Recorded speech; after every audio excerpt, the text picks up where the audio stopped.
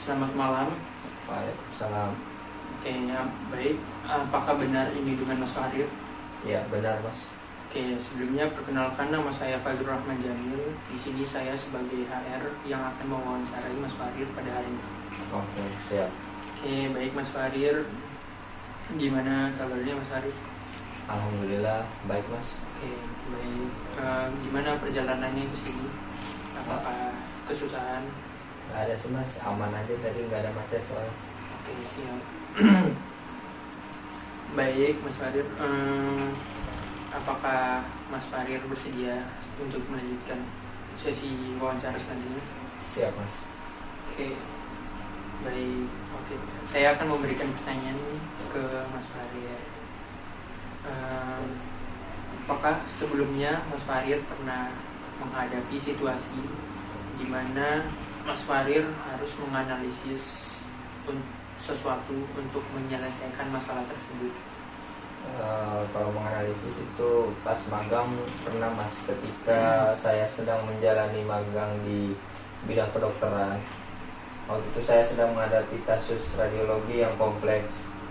Saya harus melakukan analisis mendalam untuk membantu dokter radiologi senior dalam menentukan diagnosisnya. Oke, baik. Kalau boleh tahu, apa tugas dan tanggung jawab Mas Farid pada saat itu? Untuk tanggung jawab saya, yaitu saya melibatkan, kemudian saya membantu mempersiapkan citra radiologi, kemudian mencatat temuan yang mencolok, dan melakukan pre-analisis awal untuk membantu dokter senior dalam proses diagnosa. Baik. Bagaimana Anda mendekati masalah tersebut? Bisakah Anda menjelaskan spesifik langkah-langkah yang telah Mas Farid ambil? Saya mulai dengan memahami anatomi dan mencari tahu tentang kelainan yang mungkin muncul. Saya melakukan pencatatan detail dan mencoba mencocokkan temuan dengan kasus serupa yang pernah saya pelajari selama saya sedang kuliah. Baik. Dalam kasus ini, apa hasil dari analisis yang Mas Farid lakukan? Analisis saya membantu dokter radiologi senior untuk mendapatkan gambaran yang lebih lengkap, mempercepat proses diagnosa, dan memberikan perawatan yang lebih baik kepada pasien. Meskipun sebagai anak magang, kontribusi saya dalam menganalisis citra radiologi telah menjadi bagian penting dari tim medis. Oke. Baik, jika seperti itu, selanjutnya, apakah pernah Mas Farid berada dalam situasi yang harus mewajibkan Mas Farid untuk bekerja sama dalam sebuah tim di tempat kerja?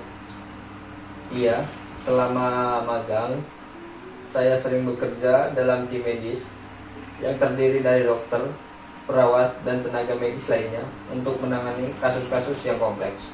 Oke, dalam konteks tersebut, apa tugas dan tanggung jawab yang menjadi fokus Mas Farid?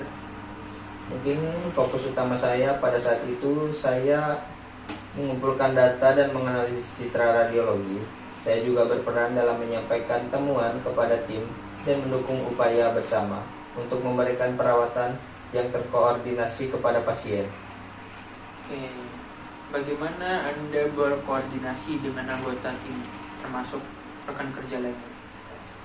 Kontribusi saya yaitu melalui pertemuan tim, berbagi informasi secara terbuka, dan bersedia membantu tugas sesama tim. Kami juga menggunakan platform komunikasi online seperti Gmeet dan Zoom untuk memastikan kolaborasi yang efektif. Oke, apakah ada peningkatan dalam efisiensi atau pengelolaan tugas? Bagaimana hasil evaluasi kesuksesan kolaborasi tim dalam konteks ini? Kalau peningkatan sih ada ya. Kalau untuk kolaborasi tim telah meningkat efisien, diagnosa, dan penanganan pasien. Evaluasinya dilakukan melalui feedback reguler, dan saya melihat peningkatan dalam penanganan kasus-kasus dengan kualitas yang lebih baik menunjukkan keberhasilan kolaborasi tim dalam memberikan perawatan yang holistik. Mas Fahir pernah mendapat situasi di mana Mas Fahir harus memimpin sebuah tim di tempat kerja? Untuk itu saya belum memiliki pengalaman langsung memimpin tim dalam kapasitas penuh. Namun sebagai individu yang ambisius, saya bersedia dan siap untuk mengambil tanggung jawab kepemimpinan ketika diberi kesempatan. Dalam konteks tersebut, sebagai pemimpin, apa tugas dan tanggung jawab yang bisa Mas Fahir ambil? Mungkin ya Mas, sebagai pemimpin saya akan bertanggung jawab untuk merumuskan tujuan bersama, kemudian memberikan arahan yang jelas kepada anggota tim saya, dan memastikan bahwa setiap anggota merasa terlibat dan memiliki peran yang jelas dalam mencapai tujuan tersebut.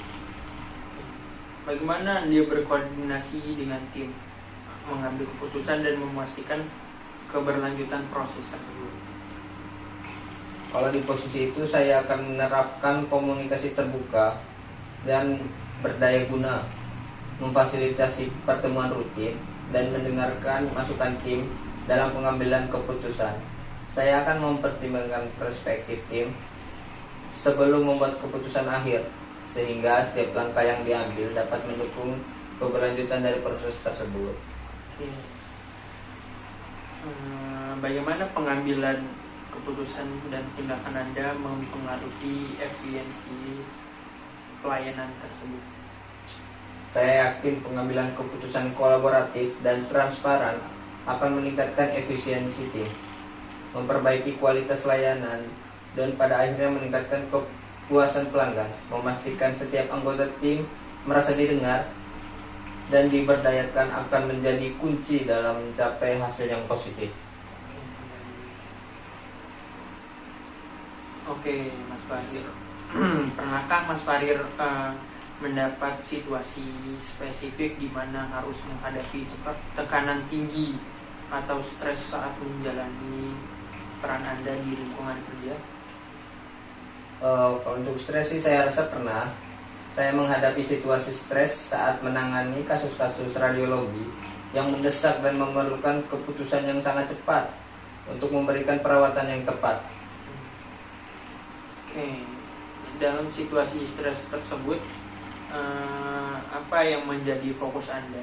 Bagaimana Anda menetapkan prioritas dan mengelola tugas dalam lingkungan yang penuh tekanan? Prioritas saya adalah menyusun rencana tindakan yang jelas, fokus pada aspek-aspek kritis, dan berkoordinasi dengan anggota tim untuk memastikan respon yang terkoordinasi dan efektif.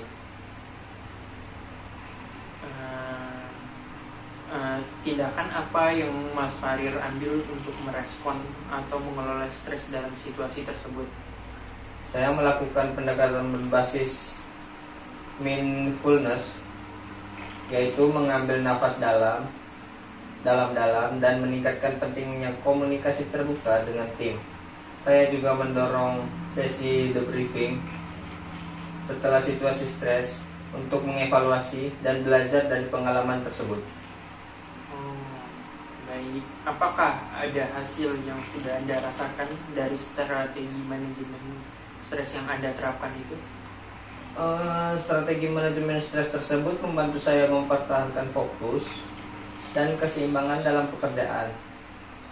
Pembelajaran yang saya peroleh termasuk peningkatan dalam pengelolaan waktu dan melibatkan tim dalam upaya mengurangi tekanan yang pada gilirannya meningkatkan efisiensi dan kesejahteraan kerja. Apakah Mas Fahir mengalami kesulitan dalam berinteraksi dengan orang atau tim di lingkungan kerja? Saya jarang mengalami kesulitan Mas dalam berinteraksi, namun ketika menghadapi perbedaan pendekatan atau pemahaman, saya berusaha untuk memahami perspektif orang lain. Oke, jika dalam situasi tersebut, bagaimana Mas Fahir merancang pendekatan komunikasi yang sesuai dengan situasi tersebut? Saya merancang pendekatan yang inklusif, mendengarkan dengan cermat, dan menyesuaikan gaya komunikasi saya agar sesuai dengan kebutuhan dan preferensi orang atau tim yang terlibat. Bagaimana Mas Farir beradaptasi dengan komunikasi orang atau menjelaskan informasi teknis kepada rekan kerja atau non kerja? Saya berusaha untuk menggunakan bahasa yang jelas dan sederhana ketika berkomunikasi dengan rekan kerja atau non teknis, dan saya siap memberikan penjelasan tambahan jika diperlukan. Baik. Apakah ada hasil dari strategi komunikasi Mas Farir? Strategi komunikasi saya telah meningkatkan pemahaman tim, mengurangi potensi kesalahpahaman, dan memperkuat hubungan kerja. Saya melihat adanya perubahan positif dan kolaboratif dan rasa saling pengertian di antara anggota tim. Begitu, Mas. Baik. Pernahkah Mas Farir mendapat atau mengalami situasi yang mana harus meningkatkan ketelitian yang sangat krusial? Bisakah Mas Farir ceritakan? Pernah sih, Mas. Waktu itu menghadapi situasi di mana tingkat ketelitian sangat krusial, terutama saat mengintervensi hasil uji laboratorium yang memiliki dampak langsung pada diagnosis pasien. Seperti itu, Mas. Apa ada tugas atau proyek tertentu yang menuntut tingkat ketelitian yang tinggi dari Mas Farir? Saya ditugaskan untuk menganalisis data laboratorium yang kompleks. Langkah-langkah yang saya ambil melibatkan verifikasi ulang data, konsultasi dengan ahli laboratorium, dan mengikuti protokol standar untuk meminimalisir risiko kesalahan.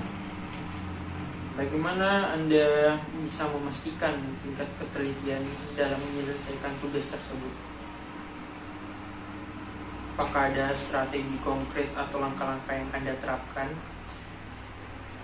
Saya menghadapi pendekatan berlapis, termasuk cross-checking data menggunakan alat bantu otomatis dengan hati-hati, dan secara berkala melakukan evaluasi diri untuk memastikan setiap langkah diambil dengan tingkat ketelitian yang tinggi.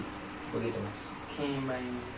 Dari tingkat ketelitian Anda, apa hasil atau dampak yang terlihat?